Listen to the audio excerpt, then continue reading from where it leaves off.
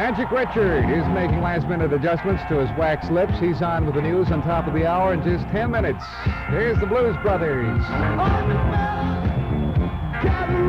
I see, but I know what you mean. Unseasonably cold, all right. You should have seen me early this morning.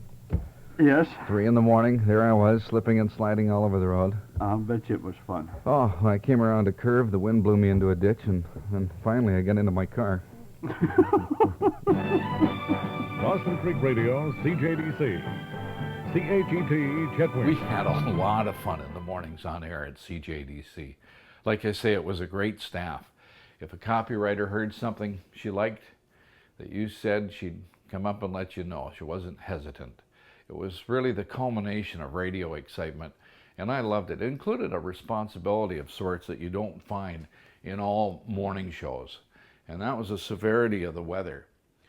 You know, you didn't want kids standing around waiting for a delayed bus in those temperatures. Families needed to have that information, and we provided it. We gave it to them regularly. They could count on us. It was critical information, and it was just part of our function, and we made sure we got it to them on time, so that there would be no problems, and that they could look to us for more than simply entertainment. Reddish, dusty streets when we arrived. There was no cable yet, let alone internet, but very little outside influence. This vital community was really ready for the relevant radio we introduced, and Mike and Verna treated us royally.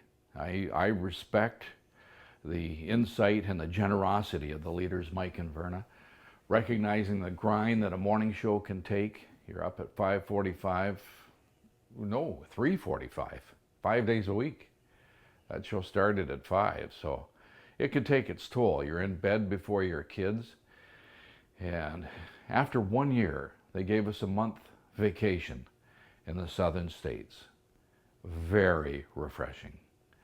And the best Christmas gift we ever had. And the family really enjoyed it. I remember my son swimming and being scared that I was a shark in the water. So many great memories from that trip. I remain very appreciative to the Michauds. 4,000 kilometers, that's how far we came out west, and it was worth it. We lived parts of 3 decades in Dawson Creek, from 1979 through 1991. And I can't help but include some of the many personal recollections that come to mind. It was just a great area to raise a family. My daughter Amberly was born in Dawson Creek. My son, Todd, learned to skate in the backyard. Hockey was his first word. Dawson Creek was a real highlight for us, raising our young family, having that backyard rink for 4 or 5 months. The kids knew you didn't go out back without having them laced up. Sandy was a stay-at-home mom for the important first 4 or 5 years of our kids' lives. It was great. I've always loved baseball, and in addition to the radio station team, the CJDC Wild Clams, which was a lot of fun. Who can forget our memorable antics on the field? But I also pitched for and managed the Dawson Creek team, the city men's team, the Dawson Creek Cardinals. We were in the Wheat Belt League. We went to the provincials 1 year. My son was the team bat boy. And we really enjoyed ourselves too in that league and played some good ball, I thought. But northern BC, whether you're playing baseball or you're into boating or whatever you're doing out there, it's just a wonderful area for the great outdoors, and we loved it. You know, it's also very special when your managers are broadcasters. You're very blessed, and both Mike and Verna were on air in Dawson Creek at CJDC. Verna, both on and off air, was like a breath of fresh air, a real natural mid-mornings. And Mike had quite a presence on his noon hour show.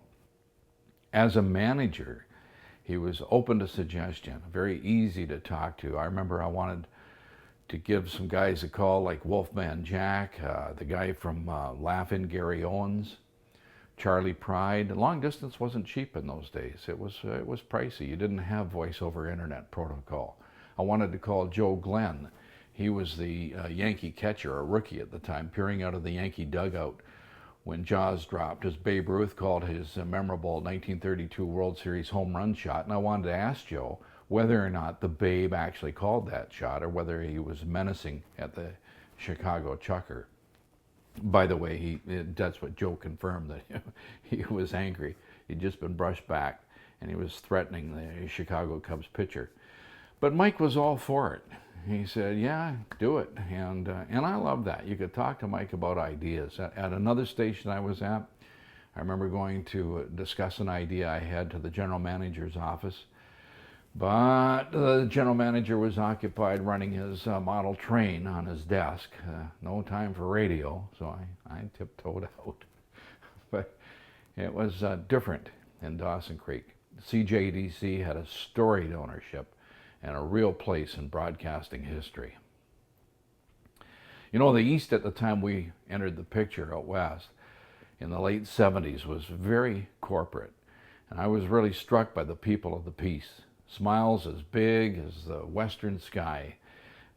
In newspaper stories, in advertising, photos, and in the street. Friendly and participatory. We had an inspired and lively listenership that was highly active, a real community station. The station was involved with the community and the people were amazing, and athletic, talented, kind people with a sense of humor and purpose. Dawson Creek in northern BC is a great place to live. So many memories, so many great memories. Being perched on top of the radio station calling the parades, welcoming Americans at the start of the Alaska Highway at the Tourism Bureau. Gotta go, but I can't say goodbye again. So let's say hello instead on email. Would you write me where we can chat some more? CJDC country is such a beautiful place. We left a lot of friends in the Peace Country. So please reach us on email where we can chat again. Sooner the better. And we'll be happy to bid you a fond hello once again. It's been great talking to you. I'll be looking for your email. But we can say hello again.